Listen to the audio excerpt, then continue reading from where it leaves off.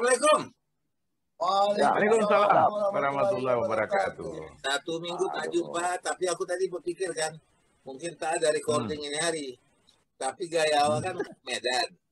Oh, ini kayaknya berkumpul nih orang nih. Entah di kedai kopi mana, aku datang aja lah. Jadi kayak gini lah, kayak aku datang ke kedai kopi, kalian lagi bicara di situ. Apa yang mau dibicarakan? Tak tahu. Jadi non tematik. Ya, kalau kita mau bicarakan tentang pasti bagaimanapun tentang kota Medan kita ini juga lah kan begitu ya. Ya, ini kan kemarin sudah aman-aman ya, habis pilkada udah apa kan semua. Dan apa yang paling kita lihat sekarang ini, Bung Ari, Drus, Ahmadi ya, ya kafe-kafe artinya orang udah balik aktivitas ya. Jadi kafe-kafe sudah ramai, udah kumpul. Macam ada penyakit COVID itu lagi. Ya, jalan-jalan sudah penuh macet semua segala jalan, ya kan? Yang paling hebat lagi sekarang, orang sudah mau lagi makan durian lagi sekarang kan begitu. Wah, kan durian kan, tahu kan durian sekarang kan itu boleh dikatakan kalau kemarin tuh agak sedikit tersendat masalah COVID itu, sekarang semua udah balik lagi orang mau makan durian tuh. Gitu. Udah durian, Medan kan terkenal sama duriannya kan begitu ya. Betul. Lagi musim pula nih. Ya, musim tak musim. Kalau Medan ini sekarang kan hebat ya. Ini durian ucok dari Medan. Gila. Luar biasa. Mantap banget. Luar biasa. Durian ucok Medan. Aku buka YouTube hari ya. Bahas tentang durian ya, Ria. Aku tertarik betul ya. Rupanya banyak jenis-jenis durian tuh kan begitu ya. Durian montong, durian apa king, apa lah namanya kan begitu ya. Ya selama ini kan kita makan barangkali yang biasa kita ada durian kampung kan begitu. Durian kampung saja sudah enak. Ya kan begitu ya. Yang artinya awak dulu itu apa namanya kucing titun, paling itu tahu ya kan. Kucing titun.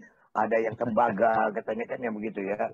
Aku baru tahulah aku ya rupanya tentang masalah durian itu kan begitu. Banyak jenisnya dan harganya pun bukan tanggung-tanggung pula sekarang ya. Kalau tak salah aku dengar ada yang sampai 700.000 ya satu kilo katanya ya. Betul. Nah itu kan menarik itu ya. Nah, jadi apa yang kulihat sekarang ini ya Medan sudah bagus lah ya, kondusif. Walaupun di sana sini seperti mungkin Madi tahu lah itu ya, adanya sedikit protes terhadap hasil pilkada kemarin, itu urusan lain lah. Tapi yang menarik aku lihat Medan sudah kembali bangkit lagi. Ya kan, tempat-tempat kuliner, tempat-tempat kafe sudah penuh. Jadi kalau kita bicara tentang tapi Bang ada dua tuh Bang. Kalau Bang bilang penuh rame itu ada dua. Satu karena mereka sudah merasa aman, vaksin sudah ada di Indonesia. Atau yang kedua karena ketidakpedulian semakin menjadi-jadi. Bantelas itu kenapa rupanya? Nah, ada begitu juga. Bandel Medan ini kan ada juga. Nah, jadi kalau kita lihat memang campuran dua-dua ini nih. Nah, kalau kita bicara vaksinnya, vaksin sudah datang ya. Tapi begitu datang salah lah kita ini, berdebat lagi. Tak ada obat marah, ada obat curiga. Dia tuh disuruh pula entah siapa-siapa duluan. Itu kan masing-masing, kalau mau di apa boleh. Kalau mau divaksin boleh. Tak mau divaksin ya urusan kau, udah diajak kalau tak mau. Jadi aneh Bang, ini kayaknya fenomena nasional kita. Aku nggak lihat bangsa lain begitu. Ini Indonesia ya, apalagi Medan. Banyak yang menolak itu. Ya. Barangkali begini Ria, Drus Madi ya. Yang aku lihat tuh sifat kecuekan orang Medan nih. Ini dia kan, layas saja. Ya kan dalam persoalan-persoalan begini nih kan. Tak ada apa-apanya sampai hari ini gitu. Walaupun dia membaca banyak yang sudah korban-korban. Tapi itu sehari 2 hari. Serupa kita nengok orang tabrakan. Begitu kita bawa kendaraan mobil, lihat ada orang tabrakan kan gitu. Pada saat itu kita pelan lah laju kendaraan tuh. Tapi begitu 1 kilometer lewat, sudah tekan lagi balik kan macam gitu.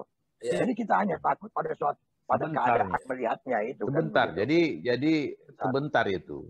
Sebentar orang sudah merasa biasa lagi. Jadi mengenai vaksin tadi, jadi gini kalau menurut aku, masyarakat ini kan awam lah terhadap hal seperti itu. Dan sekarang yang membuat masalah itu kan orang-orang pinter nih. Terlalu banyak menganalisa di media sosial sehingga membuat masyarakat bingung. Nah, kekhawatiran kalau itu ancamannya nyawa, siapa yang berani, ya kan? Apalagi yang bicara ini kayak gelar lagi kan, ada gelar doktor segala macam, ada yang ini dan lain sebagainya. Jadi ini yang menurut aku ya jujur aja lah. Apalagi ku dengar itu garda terdepan nanti pertama yang pakai vaksin itu kan para medis. Anakku dokter, aku aja ketakutan sekarang. Jangan-jangan anak awak pula jadi korban pertama kan? Ya, kayak gini kita aja yang sekolah ini jadi khawatir, apalagi orang yang sangat awam gitu, Is. Itu pula apa terus orang tuh bilang ini ada semacam dorongan agar presiden lah yang pertama. Itu bukan isu sebenarnya, bukan satu hal yang pantas ya, terserah aja lah ya. Tetapi di mana-mana negara pun presiden itu selalu dilindungi dulu. Pasti harus dilindungi dulu karena aku ingat ada satu film Amerika itu ya presidennya itu mau diculik. Seluruh dunia goyang itu. Karena kalau presidennya tidak ada itu goyanglah negara itu kan begitu. Nah disorong. Jadi aku bilang begini, maka kawan-kawan tuh ini kalau mau dicoba itu anggota DPR MPR itu aja semua masuk uji coba. Kenapa bang? Apapun akibatnya kita selamat bang. Selamat dia divaksin aman, berarti bisa dipakai rakyat. Ya kalau tak selamat dia, selamat juga rakyat nih, karena nggak ada orang tuh. Jadi betul kayak kau bilang, ini aku sebenarnya sampai presiden yang harus pakai dulu itu ada kayak ucapan nadanya nada sinis gitu loh. Iya, itu sinis. Nah, kemudian kalau aku melihat dari yang netralnya lah, kalau seandainya presiden pakai duluan, apa jaminan? Bisa-bisa kalau emang hanya sekedar untuk meyakinkan masyarakat, disuntik aja vitamin. Siapa yang tahu? Nah, kan kira-kira gitu loh. Jadi bukan itu, substansinya bukan itu. Aku lebih setuju kayak Isari bilang tadi. Jadi misalnya apa? Anggota DPR dulu, satu komunitas itu dulu lah. Menteri-menteri dulu ya, silakan. Tapi aku juga, kalau itu kan rame. Itu nggak bisa apa. Kalau presiden aku juga belum nggak setuju juga sih. Karena tapi sekarang Jokowi sendiri sudah siap lah untuk divaksin lebih awal. Ini kan debatable ini kan artinya kan begini barangkali terus ya. Ini kan karena medsos ini kan juga sangat mempengaruhi ya. Jadi masing-masing pihak bisa memberikan argumennya, bisa memberikan persepsinya. Tapi tidak ada ketegasan satu yang menyatakan bahwasanya itu boleh dikatakan semuanya ini tidak ada masalah. Nah, kan begitu. Ya, ini yang membuat jadi orang akan berpikir macam-macam. Ya Idrus saja tadi kan ada ketakutan, ada apa kan? Karena membaca di satu bidang aja kan begitu. Mungkin aja yang lain lagi pendapatnya lain kan begitu. Tidak ada yang mengambilkan satu garis tegas begitu kan. Garis kebijakan. Ya. Jadi gini ya, aku kasih gambaran ya. Kemarin tuh begitu ada isu lagi bahwa vaksin itu ada sebagian yang karena yang tersedia itu tidak cukup ya, berarti ada sebagian yang harus bayar. Nah, kalau sudah sampai ke isu bahwa ada yang harus bayar, itu bisa terbalik kod istilahnya. Apa baliknya? Orang malah berlomba-lomba ingin dapat, takut nanti nggak kebagian. Nah, tapi kalau dibilang ini banyak cukup segala macam, orang malah khawatir. Jadi ini kan bahaya juga yang kayak gini. Jadi kalau gini teringat cerita sedikit ya. Orang masuk kebun binatang, ya mungkin ada sebagian udah pada dengar lah. Pada saat dia masuk kebun binatang dikasih tiketnya 50.000. Nggak ada yang mau masuk orang. Nggak ada yang mau masuk. Tapi begitu dibilang tiketnya gratis, masuk semua orang. Begitu masuk semua orang, waktu mau pulang, nah ditulis di situ. Ini semua harimau, semua hewan buas ini dilepas gitu kan. Orang kan mau keluar kan, nah, baru di pintu keluar ditulis keluar tiket satu orang 500.000, bayar orang semua gitu karena terancam gitu kan. Jadi ya kan. Nah, jadi sama kalau dibilang misalnya barangnya banyak nggak ada masalah, mungkin orang ada kekhawatiran. Tapi pada saat nanti kalau saatnya barang kurang, berebut. Nah, Nah, itu juga. Sebenarnya Madi, aku begini, barangkali aku lihat narasi yang dibuat di Perda yang di DKI Jakarta ya. Bahwasanya siapa yang tidak divaksin itu akan dikenakan denda sampai besarnya 5 juta. Ya kan begitu. Siapa yang tak mau divaksin itu kena dendanya 5 juta. Harusnya itu narasi itu mesti dibalik. Ya kan? Apabila terjadi apa-apa dengan Anda karena divaksin, kami bayar 5 juta. Itu pasti orang berani mau kan begitu. Betul Bang, itu betul. Ya, 5 juta murah kali ya Bang. Kalau awak sampai nyawa. Bukan, begitulah kira-kira kan artinya untuk bisa orang juga lebih yakin. Oh ya, memang jangan kami pula sudah tak mau, kami pula kena denda kan begitu. Jadi mendingan lah. Kalian mau? Kalau terjadi apa-apa kalau aku malah gini, idenya nih, mungkin idenya gila juga. Kalau seandainya nggak usah dia kalau nggak pakai vaksin kena denda. Tapi kan pakai vaksin ini kan tujuannya kan untuk mencegah terinfeksinya virus, ya kan? Nah, artinya kalau seandainya orang itu tidak pakai vaksin, ada kemungkinan kena virus. Jadi kalau misalnya dia kena COVID, nah itu baru dikena denda kan? Sekarang COVID karena kamu nggak mau divaksin. Nah, jelas itu. Betul kalau tadi memang tidak ada garis yang tegas ya. Jadi kadang-kadang narasi itu juga terus kan itu nggak bisa salah. Apabila Anda kena COVID setelah divaksin, Anda kami bayar. Kan begitu kan? Iya, jadi orang kena COVID ya, belum tapi bukan meninggal. Bukan. Apabila Anda setelah divaksin kena kami bayar. Nah, kan begitu. Jadi ada ganti ruginya. Yang dikhawatirkan orang, Bang, bukan kena COVID-nya. Kalau kena vaksin itu bisa fatal gitu. Itu yang orang khawatir. Ya, macam-macam. Itu kan pendapat-pendapat juga kan. Nggak, Madi kan banyak informasi juga itu. Kita dengar. Aku boleh ngomong, aku diam aja nggak disinggung aku tadi. Jadi gini. Kamu mesti disinggung. Kemarin kita di Inggris ada 2 orang tidak mati, cuman ada kontraindikasi dan dia alergi. Nah, itu timbul persoalan dari alergi baik. Kita mau pakai yang mana? Yang buatan ini, buatan apa tuh Moderna atau apa sampai ke buatan Pfizer. Orang percaya pada yang Pfizer. Nah, tapi itu jadi ini. Jadi orang menimbulkan rasa takut. Sebenarnya alergi itu dimanapun gampang itu ya. Kalau kita makan udang tak bisa, minum antihistamin. Nah, cuma ada ketakutan. Sekarang aku bilang, obat apa sih yang nggak ada daya tolak dan diri kita? Apa sih ada? Nah, cuman bagaimana menstabilkannya. Tapi Bang ini sedikit sambil menyambut Jaya udah masuk. Jadi ada joke-nya katanya. Kenapa katanya? Di Cina tuh dari sana virusnya, tapi di sana tuh dia pula sembuh. Bisa. Kemudian di Medan, aku jarang ku tengok ada orang Tapanuli, orang Batak kayak Syed Madini yang kena COVID. Logika aku apa? Jadi COVID itu kan ada di sini tuh, dalam gumpalan ini. Sama orang Cina, kenapa dia bisa tidak kena COVID? Karena kerjanya tiap hari bedah aja. Kuapu. Tiap hari dia buang virusnya dari lehernya.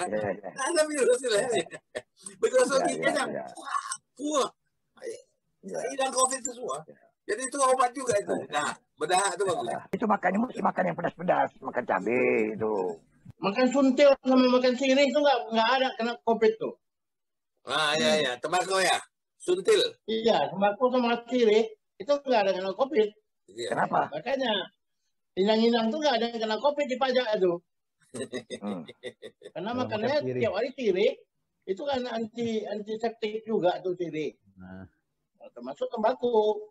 Nggak kena COVID tuh. Aku menanggapi Sari dulu. Nah, soal Cina. Dari tadi lo mau ku sampaikan ini, tapi terus dipotong Idrus, terus potong Bang Jali. Aku nggak dapat. Luar biasa. Nggak kebagian ya. Dan itulah anak Medan. Itulah bagaimana Medan. Begitu juga lah Medan menghadapi COVID itu. Masing-masing ngotot itu. Kadang-kadang bukan ngotot yang bagus, ngotot tak bagus. Nah, contoh kasus. Di Medan itu, justru di daerah Marelan itu, kalau kita pakai masker, itu dianggap kena COVID. Oh gitu. Jadi sudah kena COVID. Dan mereka tidak pernah mau pakai masker dan sebagainya. Sehingga sampai ditangkap oleh gugus tugas Medan Deli Serdang Binjai. Masih juga seperti itu. Dan sampai sekarang nggak ada itu. Jalan terus dia. Nah, walaupun Medan ini sudah diumumkan itu merah. Masih zona merah. Dan ketika Menteri Pendidikan dan Kebudayaan mengumumkan Januari itu sekolah, Pemko Medan itu menegaskan Medan belum bisa karena masih zona merah. Tapi masyarakatnya ngotot. Nah, ini dia, itu masyarakat Medan. Sampai dengan makan durian, ngotot. Saya punya pengalaman sebagai anak Medan, makan durian di Thailand itu ngotot. Terkejut orang sana aku makan 4 biji, 4 butir besar. Terkejut di Thailand. Oke, selesai aku makan. Naik pesawat. Di pesawat, foreigner, orang asing, komplain. Bawa durian ini. Diperiksalah seluruh penumpang. Dapatlah tangan saya bawa durian. Disuruh turun.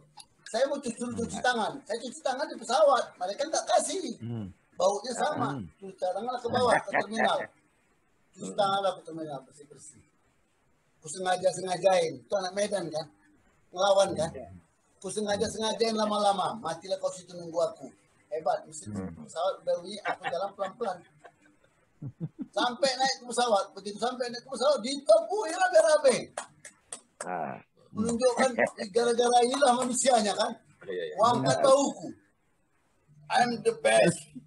I'm from Indonesia. The best. Ya. Pas duduk nggak ngeluarin baunya lagi nih? Enggak.